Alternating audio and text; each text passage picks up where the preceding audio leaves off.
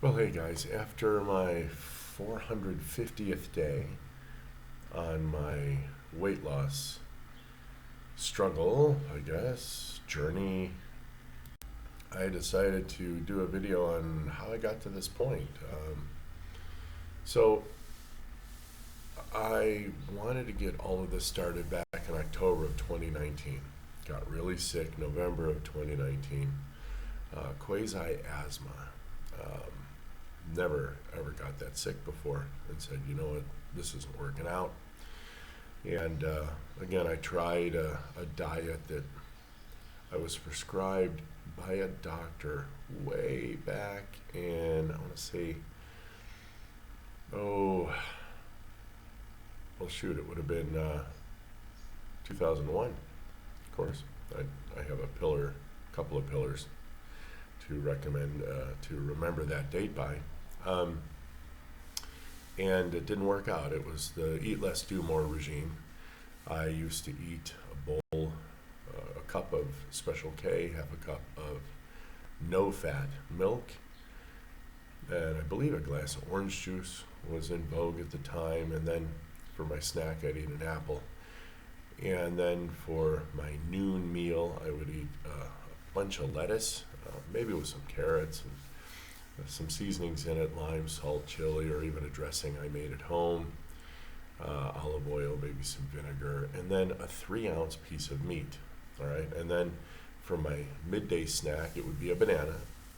And then when I got home, I would make either a sandwich, 2 slices of white bread, and meats and cheese and mayonnaise, or I'd make 100 grams of pasta, and I would cook up a tomato sauce, and that's what I would eat. And then that just repeated for 7 months. And before I would eat breakfast in the morning on all of those days, I would religiously walk 2 miles.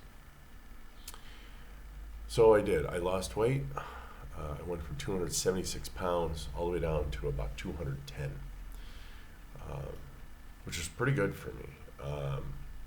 And I thought, well, 60 pounds of weight loss. Hey, who can sniff at that, right? 60, 70 pounds, somewhere there. And so that was what I had done. So I tried to repeat that. Turns out it imitates what's called the D.A.S.H diet. Dietary,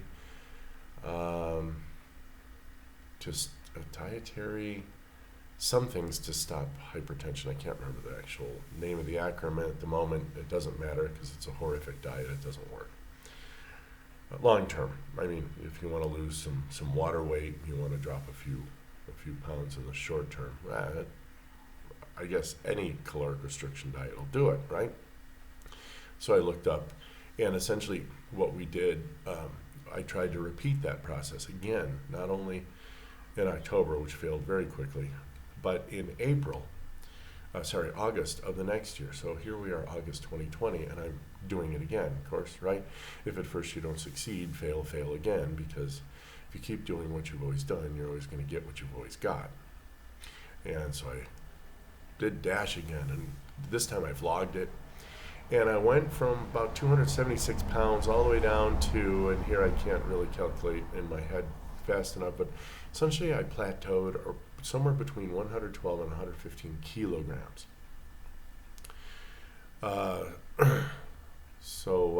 Well, you know what, let's just type it up, give you guys the pounds real quick.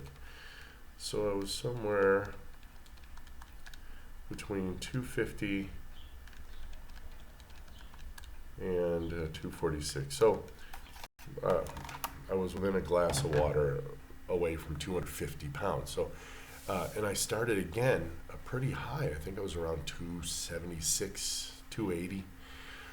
And so, yeah, I dropped 30 pounds, 10 of which was absolutely water. And then I did the walking, I did the eating, I tried to minimize. And in 2.5 months, I plateaued. So I went from about 125, 126 kilos down to 112, 115 kilos. And there I sat for 6 months, pulling my hair out, not knowing what I'm doing, getting frustrated. Why doesn't this work? This is supposed to work. Everyone says it's supposed to work. Eat less, do more. Calorie reduction, do exercise. And I was tired. tired, brain fogged. I was starting to get scared. I was thinking, oh shit, what's going to happen to me? I'm already losing my wits. Okay. And then, right around May, I, I was just horribly, metamorphically ugly. I've shared that picture on my channel here. So I went around sideways, and I have some cotton in my ears because the music is so loud. It's my daughter's graduation from her university, 5 years civil engineering, and I was in horrible shape. And somewhere in there pops up a video, Dr. Berg and keto. So May 15th, I decided that's it. We're going to go keto. Kind of. You'll see as you follow my vlog that I said, well, I'm going to try to eat a piece of bread. I'm going to eat a hamburger with some bread. And no, I had to go back to keto, but it was working. And I was doing the keto stuff right. I mean, you're allowed to eat mayonnaise. You're allowed to eat a little bit of peanut butter. You're allowed to, a little bit of carbs here and there, but no more than 25 grams of carbs per day. As a matter of fact, try to push those down to maybe 10 if you can get away with it. But I was losing weight. Obviously, a lot of it. I think I went way down. I can't remember from this point on where I went, but then I started like dabbling in, well, what if I just ate pure meats and fats?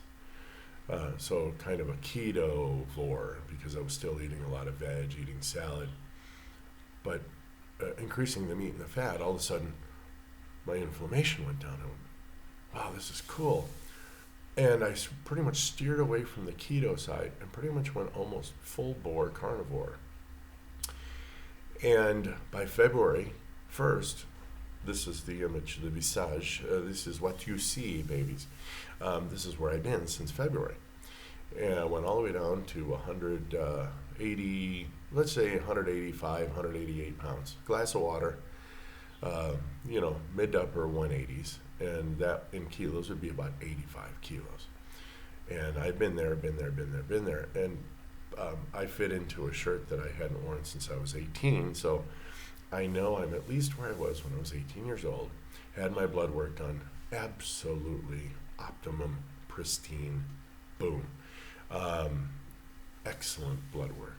Everything you're supposed to have. A little high in LDL, but again, knowing that if you don't have anything to eat for a few days, your body is eventually going to be able to access your saturated fat stores. That's how we store our fat, saturated. If the saturated fat were a bad thing for your heart, then your body obviously wouldn't store it and wouldn't use it during periods of fasting. It's just we haven't, as a society, needed to fast for probably about 100 years because food has been pretty plentiful, even through the wars. You had rations, but at least you got to eat. All right, you didn't go days without food. All right, so I'm just going to leave that there. Saturated fat, I couldn't care less. My LDL cholesterol, I couldn't care less. Because if that's what that means to feel this good for this long, screw it. So there I am. And now as I'm studying a little more, I'm thinking to myself, you know what? As I concentrated on fat, I feel even better. I sleep even better. I'm almost euphoric. I feel so good. And I'm thinking to myself, well, that means I'm eating mostly lipids. I'm going to coin the phrase lipivore. Or I can't think. I was calling myself a fat hunter in Greek. And I just can't remember the name for hunter because I think I've just decided to throw it off. It didn't quite sound right. It's a little rough in English. But lipivore sounds pretty cool. And then all of a sudden, only 1 or 2 videos pops up on lipivore. So apparently the phrase has been coined, and people are solving all kinds of problems for themselves, including mental health. So apparently this increased fat has something to do with how you feel mentally. And I can tell you, I told you already that I feel euphoric. I wake up every morning bright-eyed and bushy-tailed and ready to go. So I would consider myself then a lipivore, which is fine because that's really what I do. And if there's a piece of meat dangling off the fat, then so be it. So there was my whole sequence of how I arrived to this point. Again, starting with the D.A.S.H imitating diets, eat several times a day, eat small calories, right? Got to keto. Keto kind of led into carnivore, where you're focusing on meats, and now that's actually kind of carnivore, lipivore. I don't really draw a distinction, although I don't focus as much on proteins. I focus more kind of on the fat content, and I know the proteins are going to be there because I eat a shit ton of food. I really do. I eat a lot, but I eat once a day. So I guess at the end of all that, you find a diet that as a consequence makes you so full that you don't eat, but maybe once, maybe twice a day within maybe a 4-hour period or so. I mean, I'll eat my eggs at 12 maybe, and then I'll eat my main meal at 2, all right? And so I just, I fast. I mean, I almost don't quite draw a distinction between 12 and 2, but technically, I guess after the second hour, my insulin finally peaks, and there I go. I kind of bump it up a little bit more, boom, but then it falls, and I'm in pretty much autophagy within 12 hours by 2 a.m., and then by the morning, I'm just full bore, feeling great. So, like yesterday, we ate at 3, so I broke my fast at 3. And here I'm sitting at 19 hours. It's about to hit 10 o'clock on the 10 of the clock, and I'm going to go ahead and cut you guys loose because that's my story for today. Fantastic. I recommend it. If you need to start with salads and steaks, go for it. And then if you want to transition all the way over into meats, finding out that you're not missing anything by not eating fruits and vegetables, likewise, that works for me. It may work differently for you. Again, disclaimer, not a doc, not a nutritionist, and I feel great. So, yeah, it's about 10 o'clock, and we're going to go ahead and cut you loose here. Have a great Sunday. Be well.